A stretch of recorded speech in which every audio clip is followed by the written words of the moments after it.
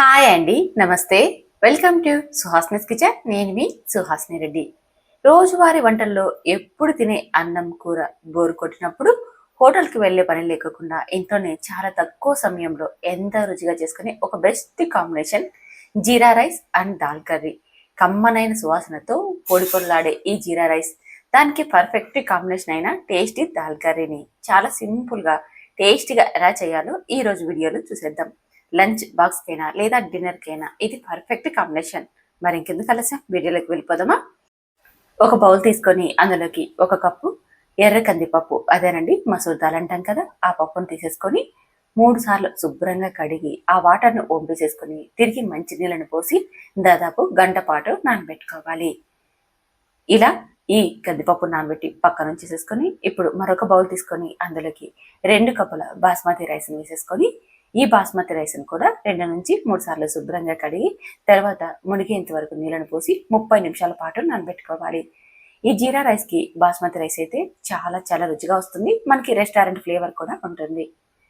ఇప్పుడు ఒక చిన్న రోల్ తీసుకొని అందులోకి 5 లేదా 6 వెల్లుల్లి డబ్బులు, ఒక హాఫ్ ఇంచు అల్లంని కచ్చా పచ్చగా దంచి పక్కన ఉంచేసేసుకోండి. ఇప్పుడు స్టవ్ మీద ప్రెషర్ కుక్కర్ పెట్టి అందులోకి పోపుకు సరిపడా ఆయిల్ వేసేసుకొని 1/2 టీ స్పూన్ ఆవాలు, 1/2 టీ స్పూన్ జీలకర్ర, అలాగే ఒక బిర్యానీ ఆకు, ఒక హాఫ్ ఇంచ్ దాల్చిన చెక్క, 4 లవంగాలు, మనం కచ్చా పచ్చగా దంచి పెట్టుకున్నాం కదా అల్లం వెల్లుల్లి పేస్ట్ని కూడా వేసేసుకొని ఇదంతా లో ఫ్లేమ్లో బాగా వేయించండి. అది వేగాక ఇందులోకి పెద్ద సైజు ఒక ఉల్లిపాయని చిన్న ముక్కలుగా కట్ చేసి లైట్ గోల్డెన్ కలర్ వచ్చేదాకా వేయించండి. తర్వాత ఇందులోకి ఒక రెమ్మ కరివేపాకును కూడా వేసేసుకొని మనం శుభ్రంగా కడిగి పెట్టుకున్న ఈ ఎర్రకంది పప్పును కూడా వేసేసుకోవాలి.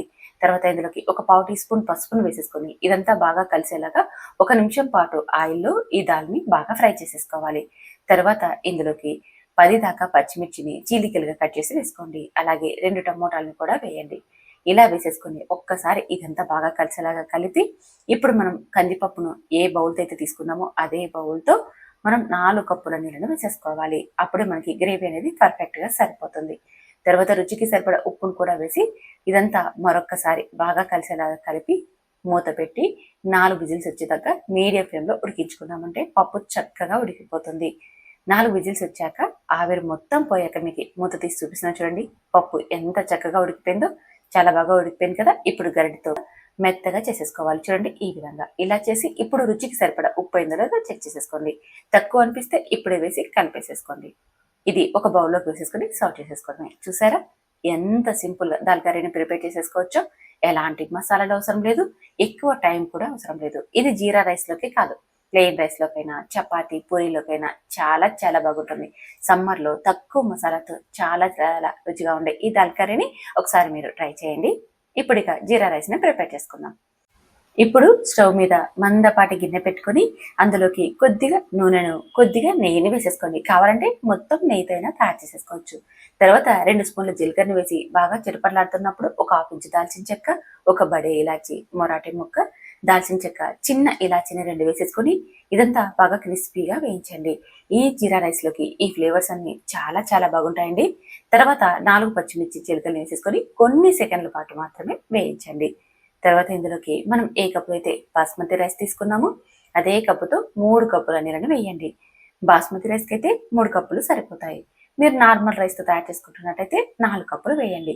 తర్వాత రుచికి సరిపడా ఉప్పును వేసేసుకొని ఇదంతా మీడియం ఫ్లేమ్లో ఒక 5 నిమిషాలు ఉడికించండి. చూడండి 5 నిమిషాలకి ఎసరు బాగా మరుగుతుంది కదా. ఇప్పుడు ఇందులోకి మనం నానబెట్టి పెట్టుకున్న బాస్మతి రైస్ని వాటర్ లేకుండా వంపేసేసి ఇందులోకి వేసేసుకోవాలి. ఇలా వేసేసుకొని ఇదంతా బాగా కలిసేలాగా కలపాలి. ఇలా కలిపేటప్పుడు స్మూత్గా కలపండి. ఇదంతా ఒకసారి బాగా కలిసేలా కలిపి మంటని మీడియం ఫ్లేమ్లో పెట్టేసేసుకొని 5 నిమిషాల పాటు రైస్ని ఉడికించుకోవాలి. 5 నిమిషాల తర్వాత మీకు మూత తీసి చూపిస్తున్నా చూడండి, రైస్ మనకి 50% ఉడికింది కదా. ఇప్పుడు కొద్దిగా కొత్తిమీర తరువును వేయండి. ఎక్కువ వేయకండి, మనకి జీరా ఫ్లేవర్ అనేది తెలియాలి అంటే కొత్తిమీరని చాలా తక్కువ వేసేసుకోవాలి. ఇలా కొద్దిగా కొత్తిమీరని వేసేసుకొని ఇదంతా మరొకసారి స్మూత్గా కలిసేలాగా కలపండి. ఇలా కలిపాక ఇప్పుడు పూర్తిగా మంట లో ఫ్లేమ్లోకి టర్న్ చేసేసుకొని మూత పెట్టి మరొక 10 నిమిషాల పాటు లో ఫ్లేమ్లో రైస్ని ఉడికించుకోవాలి. 10 నిమిషాల తర్వాత మూత తీసి చూపిస్తున్నా చూడండి, రైస్ అనేది ఎంత పర్ఫెక్ట్గా తయారైపోయిందో. చూసారుగా ఎంత పొడి పొడిగా వచ్చిందో. రైస్ అనేది నేను చెప్పిన విధంగా వాటర్ని అలాగే నేను చెప్పినట్టుగా మీరు ఉడికించుకున్నారంటే రైస్ బాగా పొడి పొడిలాడుతూ వస్తుంది. అంతేనండి, జీరా రైస్ అయితే మనకి రెడీ అయిపోయింది. స్టవ్ మీద నుంచి దించి వేడి వేడిగా సర్వ్ చేసుకున్నా, చల్లబడ్డాక సర్వ్ చేసుకున్నా సరే చాలా చాలా రుచిగా ఉంటుంది.